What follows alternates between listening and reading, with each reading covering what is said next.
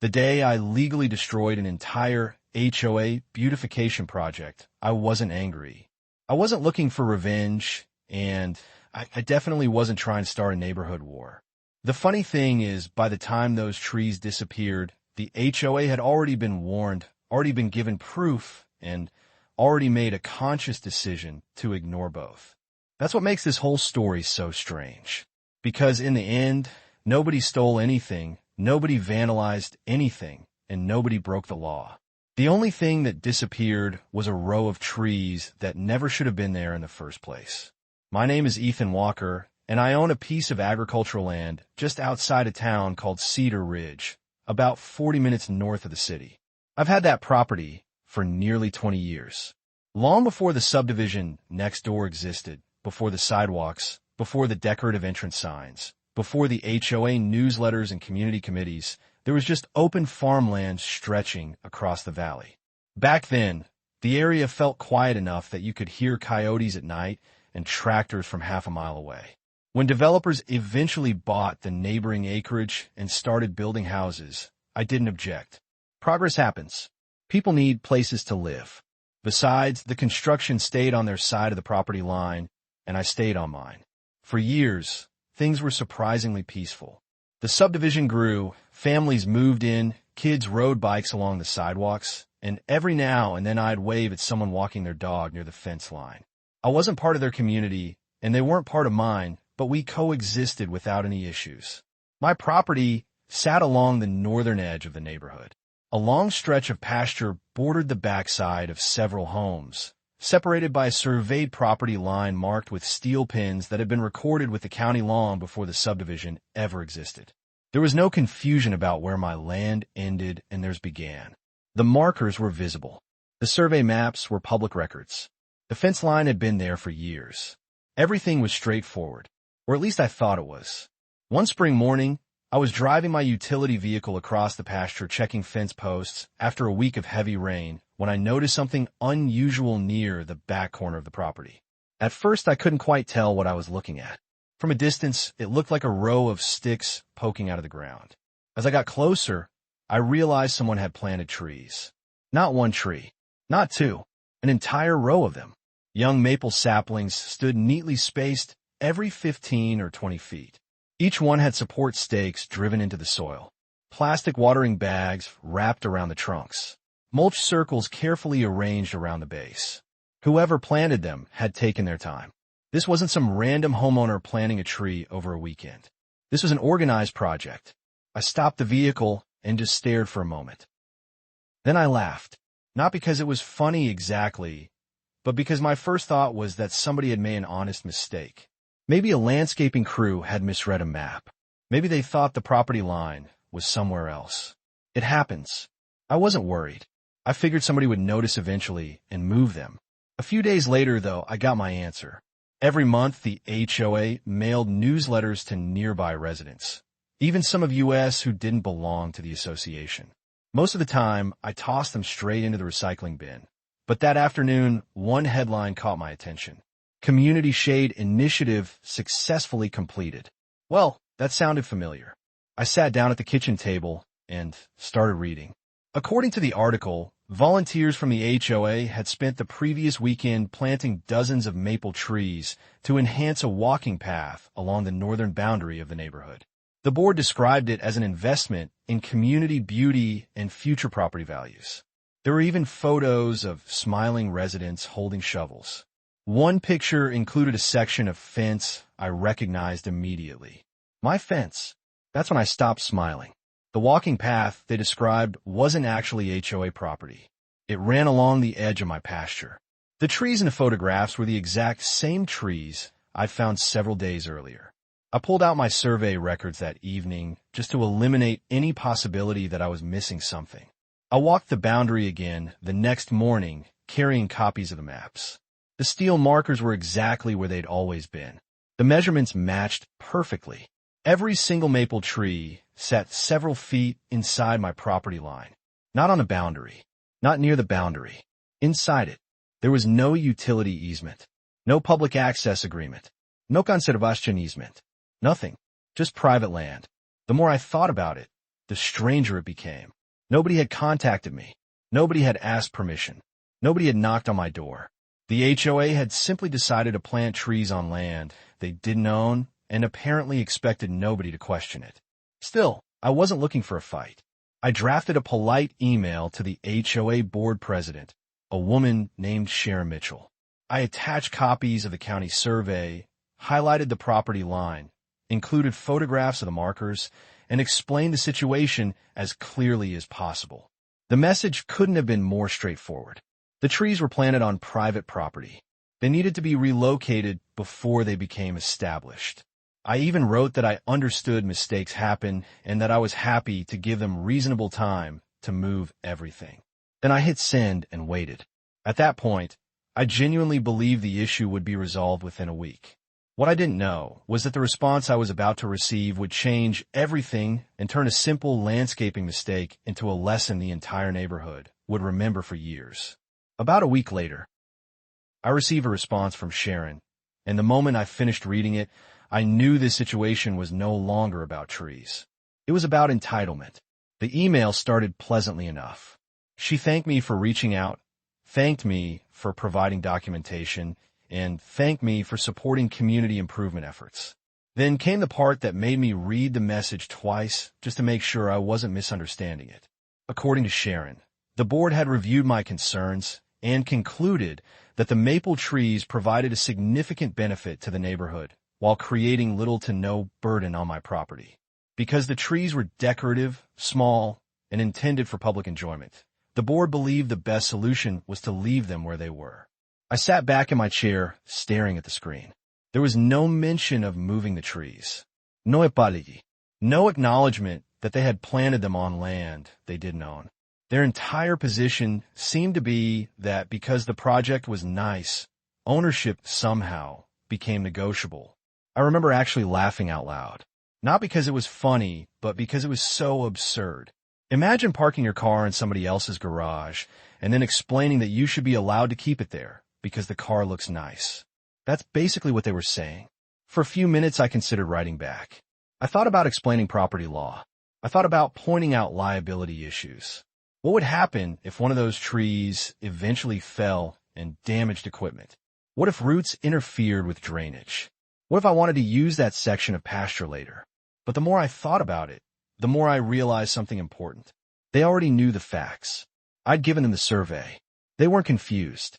They simply didn't care. So instead of arguing, I closed the email and went back to work. Summer came and went. The trees continued growing. Every now and then, I'd see residents walking along the edge of the neighborhood admiring them. A few homeowners even posted photos on local social media pages celebrating how much greener the community looked. One comment I stumbled across described the project as a perfect example of neighborhood stewardship. Another called it a gift for future generations. Every time I saw those posts, I shook my head and moved on, because nobody seemed to realize those trees were standing on land the HOA didn't own. Around mid-August, I ran into one of my neighbors, a retired mechanic named Frank Delaney, at a local diner. Frank lived inside the subdivision and knew practically everybody. Somewhere during breakfast, he mentioned the tree project. "Those maples are looking good," he said. "The HOA's pretty proud of them." I took a sip of coffee. "They should be. They're growing on my property." Frank lowered his fork. "Wait, what?" So I explained the situation. The survey, the email, the board's response. By the time I finished, Frank was laughing so hard people at the next table were looking over. "They actually told you they're leaving them there?" he asked. "Pretty much." He shook his head. "Well, that's going to end badly." At the time, I wasn't sure what he meant, but eventually I found out. Because while the HOA was busy congratulating itself, I was reviewing my own land management plans. The northern pasture wasn't just empty space. Every few years, I rotated portions of it for different uses. Sometimes equipment storage, sometimes hay production, occasionally clearing work near the fence line. In fact, I had already been considering some maintenance projects for the fall. Several volunteer trees had started growing near the boundary. Brush was creeping into areas I wanted to keep open. The maples simply happened to be standing in the middle of a section scheduled for cleanup. Now here's the part some people misunderstand when they hear this story. I didn't create a fake project to remove those trees. I didn't hire contractors out of spite. The maintenance work was legitimate and long overdue. The HOA's mistake was assuming that because I wasn't immediately using the land, I would never use it. Landowners hear that kind of logic all the time. If a field looks empty, people start imagining it's available. If property isn't actively developed, they assume it doesn't matter. But ownership doesn't disappear just because somebody else sees potential. By early October, I contacted a local forestry contractor named Mark Jensen. I'd worked with his company before. They handled small-scale agricultural clearing projects throughout the county. We met on the property one cool morning while fog still hung over the pasture. Mark stepped out of his truck carrying a clipboard. "What are we looking at?" he asked. I showed him the boundary line and explained which areas I wanted cleared. We walked the fence together. Eventually, we reached the row of maple trees. Mark stopped. "These part of the job, too?" I nodded. "Everything inside the property line." He looked toward the subdivision. "I'm guessing there's a story here." "There's definitely a story." After I explained what happened, he let out a low whistle. "Well," he said, "ownership's ownership." Exactly. That was the entire point. A few weeks later, the permits were finalized and the work was scheduled. Meanwhile, the HOA continued acting as if their project was permanent. Another newsletter arrived celebrating successful landscaping efforts throughout the community. The maples were featured again. This time the article talked about how future generations would enjoy their shade. I remember reading that sentence while sitting on my porch and nearly choking on iced tea. Future generations were about to be very disappointed. The work crew arrived shortly after sunrise on a crisp autumn morning. The air smelled like fallen leaves and damp earth. 2 trucks pulled into the field, followed by a compact skid steer and a wood chipper. The crew unloaded equipment while I reviewed the site map one final time. Everything was clearly marked. Every instruction was documented. Every property boundary was verified. There would be no confusion about what belonged where. Around 8 o'clock, the first truck started moving toward the fence line. That's when things became interesting. Apparently, someone in the neighborhood noticed the equipment. Within half an hour, several residents had gathered near the walking path, watching from a distance. At first, they probably assumed routine maintenance was taking place. Then the crew reached the maples. One worker wrapped a strap around the first tree. The skid steer backed into position. A few seconds later, the sapling lifted cleanly out of the ground. Across the fence, I saw people pointing. Somebody pulled out a phone. Another resident hurried away, presumably to call someone from the HOA. The second tree came out, then the third, then the fourth. By 9 o'clock, the entire neighborhood seemed aware that something unusual was happening. Around that time, a white SUV came speeding down one of the subdivision streets and stopped near the path. Sharon climbed out looking like she had just witnessed a bank robbery. She marched toward the fence with 2 other board members trailing behind her. Even from 50 yards away, I could tell she was furious. "What is going on?" she shouted. "You walked overcomely. Property maintenance. Those are community trees." "Actually," I replied, "they're my trees." Her face turned red. "The HOA paid for those. The HOA planted them on private property after being notified in writing that the land wasn't yours." For a moment, nobody said anything. You could almost hear the gears turning. Because she knew I was right. She had received the survey. She had received the photographs. She had made the decision to leave them there anyway. One of the board members stepped forward. "Surely we can discuss this before removing everything." I looked toward the crew. By then, half the row was already gone. Wood chips filled the trailer. "We already discussed it," I said. "Several months ago." The silence that followed was probably the loudest silence I've ever experienced. Sharon glanced at the remaining trees, then back at me, then toward the growing crowd of residents watching from behind the fence. For the first time since this started, she seemed to realize the board's decision had consequences. Real ones. And those consequences were happening in front of an audience. For a few seconds, nobody moved. The crew kept working. The chipper kept roaring, and another maple disappeared into the trailer while Sharon stood there searching for an argument that no longer existed. The problem with ignoring facts for several months is that eventually reality shows up with paperwork. She looked at me and said, "You're really going to remove all of them?" I remember shrugging. "You mean my trees?" That probably wasn't the answer she wanted. One of the residents standing nearby let out a laugh before quickly pretending to cough. Another person turned away, trying not to smile. The atmosphere had shifted completely. A few months earlier, the board had been celebrating a community improvement project. Now the same project was being dismantled piece by piece, and everyone watching understood why. Nobody could honestly claim they hadn't been warned. Sharon tried one last approach. Her voice softened. These trees were meant to benefit everyone. I nodded. I don't disagree. But benefiting everyone doesn't give anyone ownership of land they don't own. She opened her mouth, then closed it again. There simply wasn't much left to say. By noon, the last maple tree was gone. The crew finished grinding the remaining brush, leveled the soil, and cleaned the entire area. If someone had visited the property the next day without knowing the story, they never would have guessed a landscaping project had existed there at all. Just open pasture stretching along the fence line exactly as it had looked before the HOA decided to improve it. The crowd slowly dispersed. The board members left. Sharon climbed back into her SUV and drove away without another word. I watched the vehicle disappear around the corner and honestly felt something I hadn't expected. Relief. Not victory. Not satisfaction.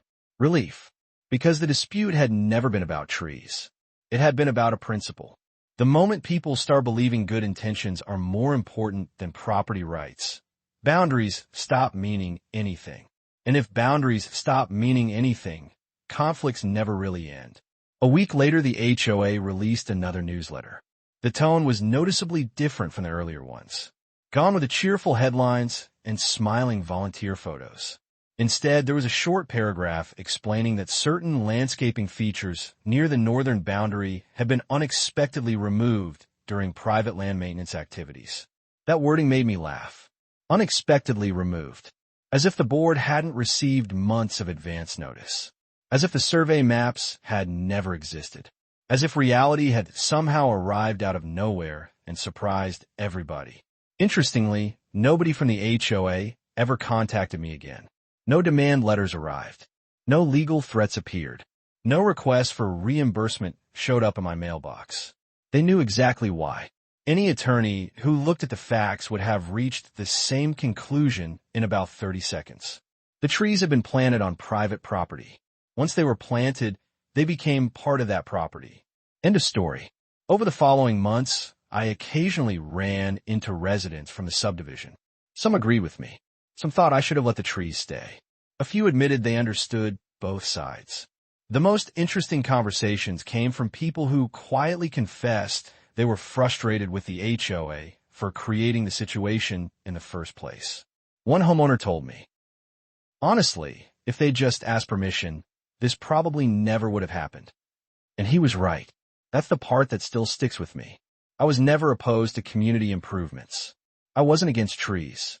I wasn't trying to make anybody's neighborhood less attractive. If someone had knocked on my door at the beginning and said, "Hey, Ethan, we'd love to plant a few maples near the path. Would you be willing to discuss it?" We probably could have found a solution. Maybe a license agreement. Maybe a different location.